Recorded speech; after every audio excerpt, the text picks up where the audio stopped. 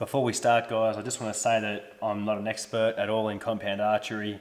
I'm certainly not an expert in shooting a hinge or any other release aid for that matter. I'm just somebody who is working my way through some different release aids, and I thought I'd put this video together for people who are like me and they're experimenting with some different releases, and they're looking at getting into shooting a hinge, or maybe they're struggling shooting a hinge and they need to hear some things said to them a little bit differently, or have some ideas demonstrated to them a little bit differently to what they may have seen before.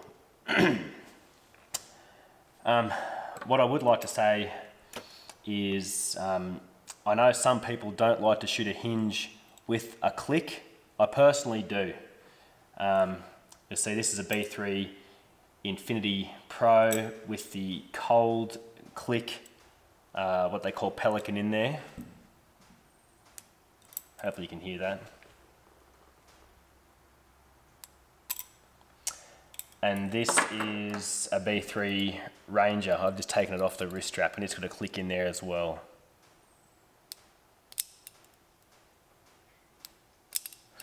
I used to shoot this a lot hotter, but since I've started to hunt more with it, I've actually wound it to be a little bit colder. So I got to the point where I was shooting the hot click Pelican as cold as it could go. Now I've got the cold click Pelican as hot as it will go. So go figure.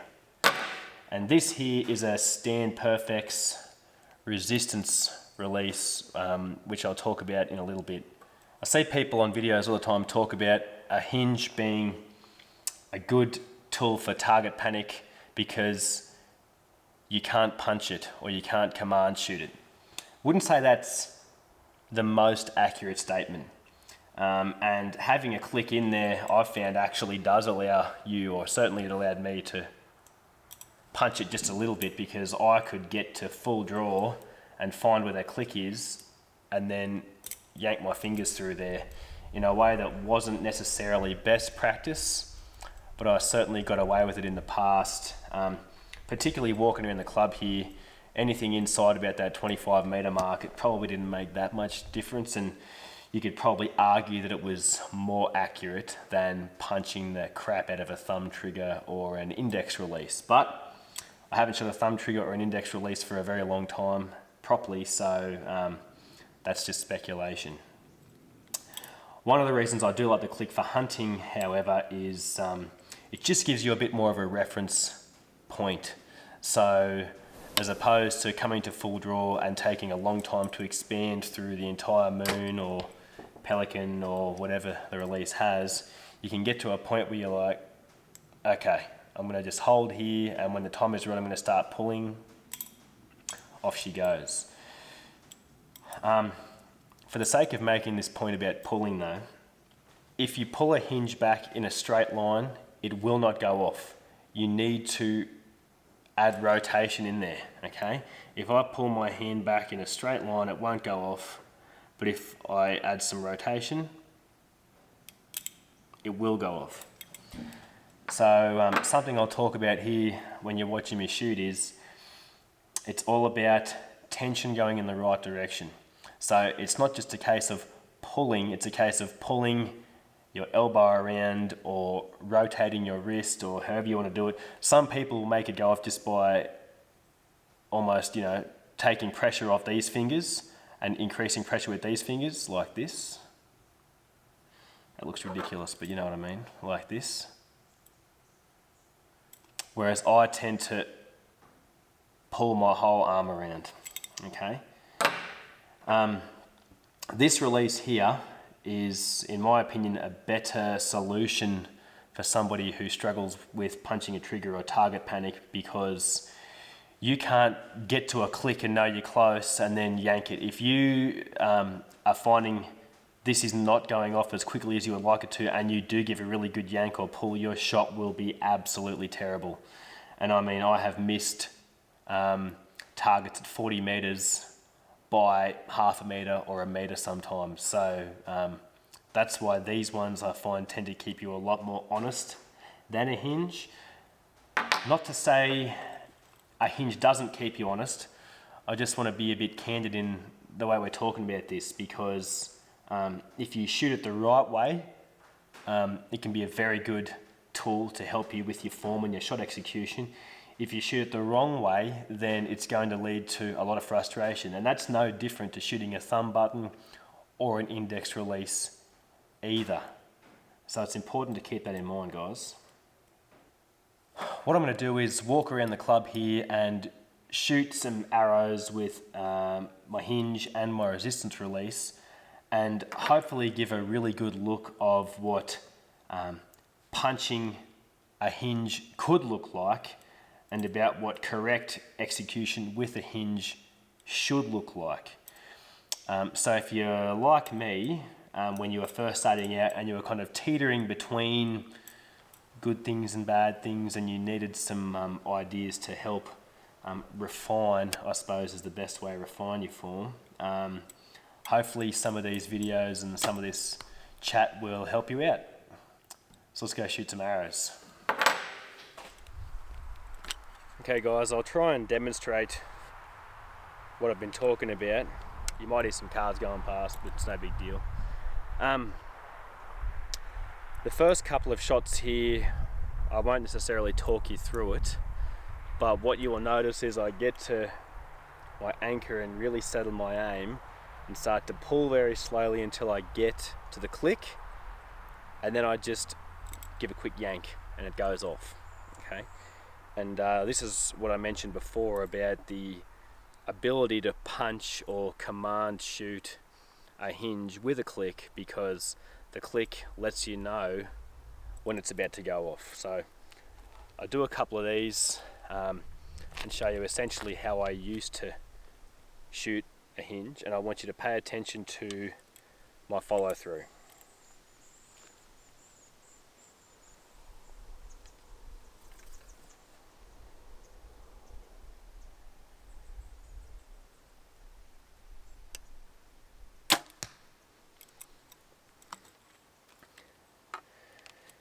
Maybe I'm exaggerating the follow through just a little bit, but it's definitely given you an idea about what not to do. Do another one.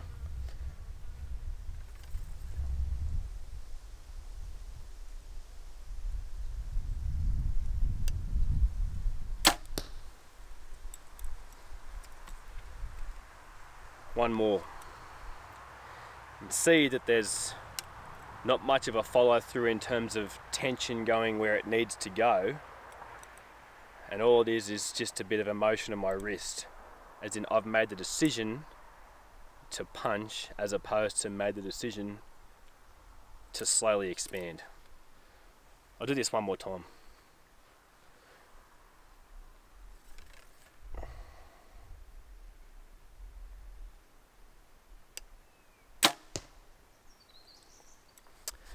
So that's how I used to shoot, and the funny thing is, if you're inside about that 25 meter mark, maybe some people could get away with a little bit further, you can definitely get away with it, because doing this is maybe not punching an index in exactly the same way. I'm sure that there are advantages and disadvantages to doing it with either release, but the point is, it didn't start to make a massive difference to me until I started practicing much further. What I'll do now is shoot a couple of times to give an indication of what it's supposed to look like, or what I feel like for my shooting it's supposed to look like, and then I'll talk through a couple.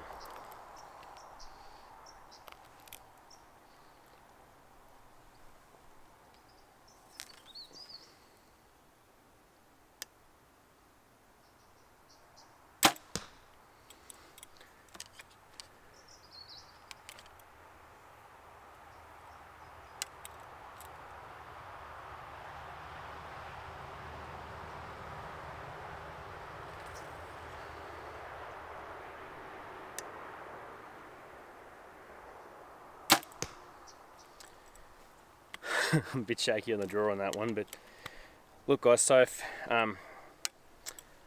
what I'm doing now, and I believe this is probably the more correct way to shoot a release like this with a click, is I try to get to anchor and have it click just as I get to anchor or just after. So it's not necessarily in the middle of my execution process, and it's more at the very start of my shot execution. So you have to have it set right and experiment with it and be confident that it's not going to go off while you're getting to your anchor. But what that does is when you get to your click as you've just hit anchor, rather than hit your click halfway through and think, oh crap, I'm ready to go, bang, it's more a case of, okay, I'm ready to expand. So for me, I actually use it as a cue to expand slowly. And what you should actually see, I'm sort of pushing with my bow hand and pulling with my string hand sort of equally in this kind of motion. So I haven't checked the video yet, but my hand should be coming away much better to indicate that it's a proper surprise release. So I'll do a couple more.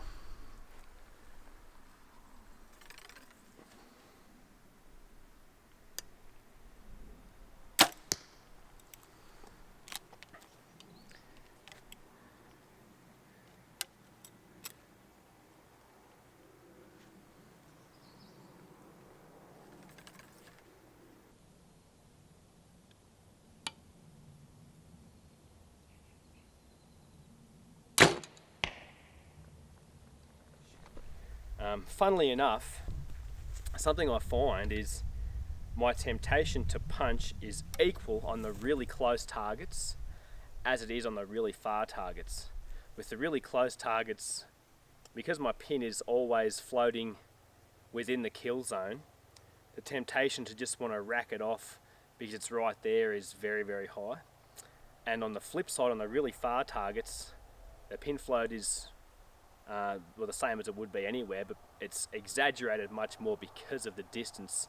So the temptation to try and catch the pin when it's right where you want it to be is very high. So I find when people talk about blind bailing and point blank practice, it's really just as effective to practice at a very long distance, as long as you've got a big backstop so you're not going to lose arrows, because you have no choice but to surrender, and whether you embrace it or not, you certainly have to be comfortable with the float and just pull and let everything kind of happen as it plays out. So I'll have a couple of cracks with this resistance release just to give an idea of what that could look like as well.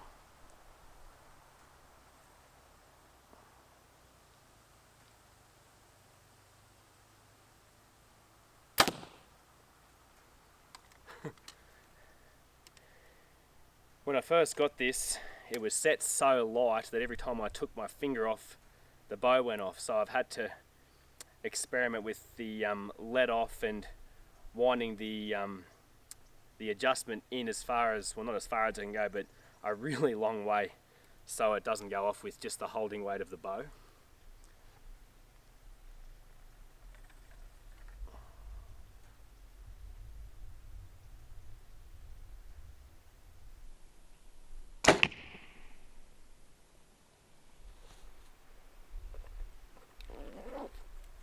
Back at 86 meters again.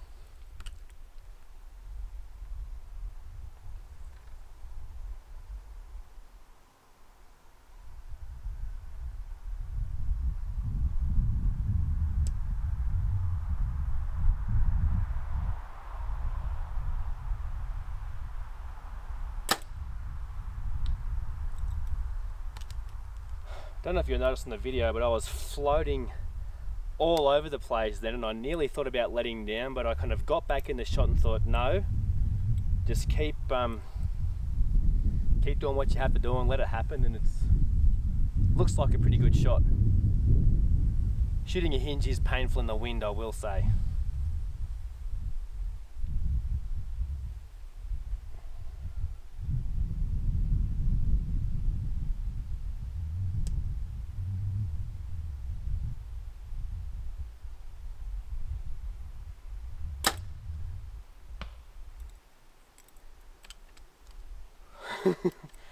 Almost scared to shoot a second one and ruin what I've got going on, but hey, that's how we get better, isn't it? We work through these things and we practice.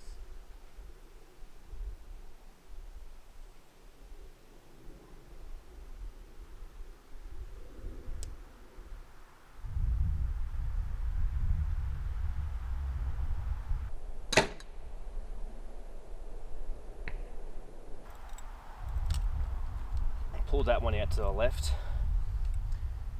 This one I'm going to try and focus on not getting to my click until my bubble is as settled as I feel like it should be.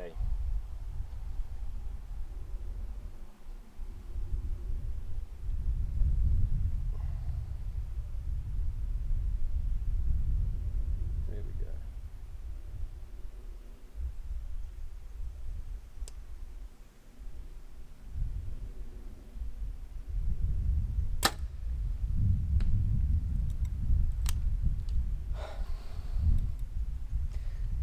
The problem with taking a long time to decide to execute your shot, especially after you've been shooting at the club all day, is you start getting tired, and holding up a bow wears you out a bit.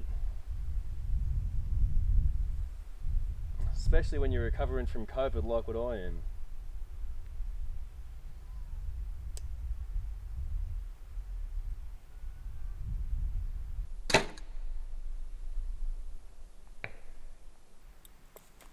Let's go have a look. I know plenty of people out there can shoot a lot better than that, and that's fine. I'm certainly working on shooting better than this, but I'd say that's probably all inside about the size of a basketball. So at 86 meters, which I believe is somewhere around 93 or 94 yards, I'm fairly happy with that.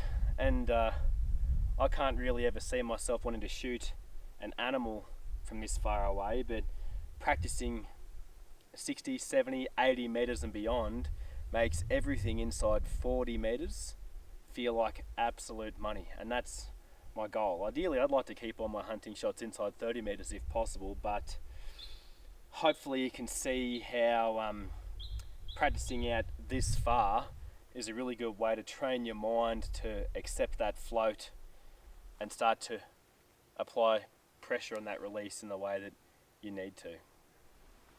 I may have mentioned it before, I may mention it again, but in case I haven't, commanding or punching any release within reason is never going to be best practice.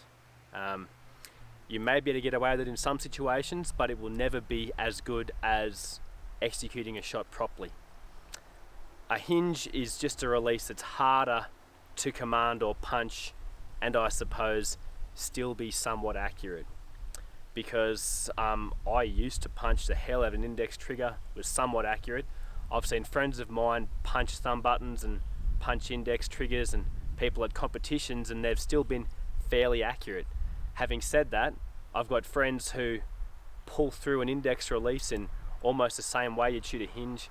I've seen people shoot a thumb button where they put their thumb on the button and then they rotate their hand, so it's essentially the same thing as shooting a hinge. So it's not as if a release is necessarily going to cure your problems or anything like that. It's more like it might just open up a different way of doing things for you that may work better for you than it would for somebody else.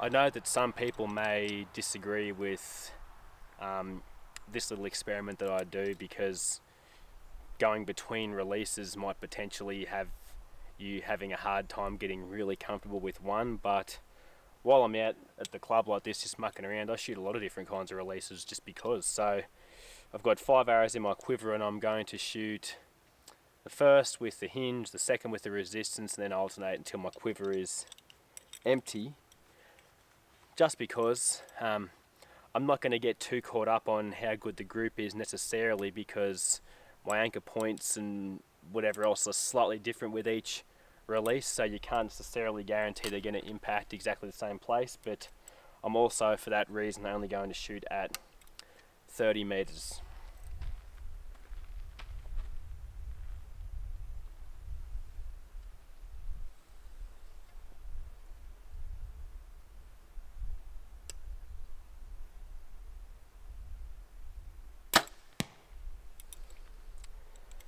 Not a bad shot with the first one. I've felt the temptation to punch just a little bit, but I got away with it. But you might find me taking a little bit longer to get to my click than what I mentioned at a different spot, and that's just because I've spent the longest time shooting a sight with no bubble, and this sight has a bubble, so sometimes I need to just stop and level my bow and make sure that the bubble is where it needs to be before I say that I'm officially, say in my head, I'm officially at anchor and I'm going to start executing. Which is better practice than getting to anchor and starting to execute your shot before you've settled your bubble.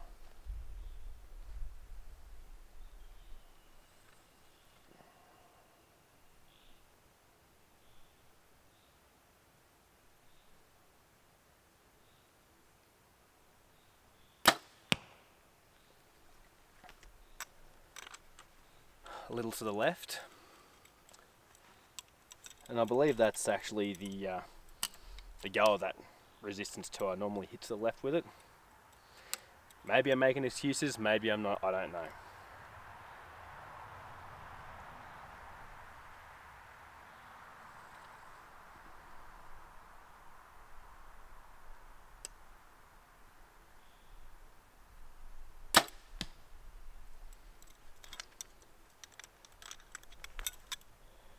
When I have to say, Mr. Me, who's been shooting compound again all of several months, like I'm some expert, which I'm obviously not, but coming from shooting a hinge and feeling like I somewhat had the hang of it to now where I feel fairly in control of it, it's a very good feeling. It makes me shoot with or helps me shoot with a lot of confidence.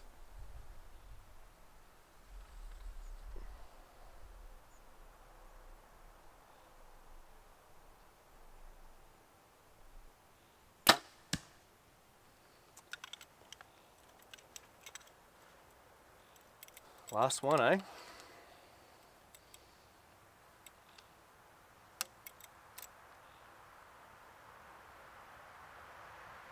I'm obviously getting very tired, so if you want to leave a comment about how pathetic my draw cycle looks, that's fine, you won't hurt my feelings.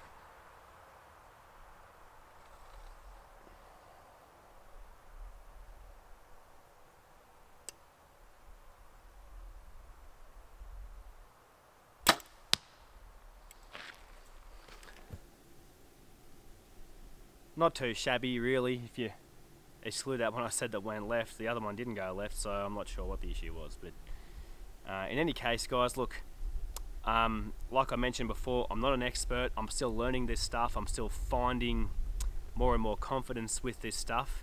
And the only reason why I put out videos like this is to try to help anybody who might be trying to navigate some of these different releases or navigate the different terminology or sensations about what it's supposed to feel like when you're pulling through. Because when people say you can't punch a hinge because once you get to full anchor and pull, if all you do is pull in a straight line backwards, it will not go off. So the pulling has to be directional. That's why some people will refer to it as expanding. Coming from the trad background, it's referred to as tension in the right direction or driving your elbow actually backwards behind you.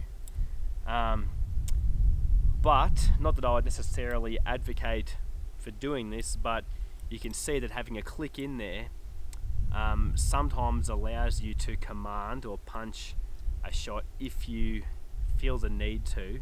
Certainly on some hunting situations, maybe inside that 20-meter mark. I say that having only killed, 6 or 8 animals with a hinge, so I'm not some seasoned expert, and most of those shots I've actually pulled through the way I'm supposed to. I might have only punched or commanded 1 or 2, it's something I'm getting used to, just like plenty of you guys are. So hopefully you find that helpful. If there are any questions or whatever, then just leave them in the comments. I'll do my best to either answer them or make more videos about this stuff to clarify anything else. Or if you are an expert and you see I'm doing something majorly wrong, or I'm referring to the ways of shooting these releases in a very, very wrong way, then please let me know that too, and I'll do my best to get better. Cheers.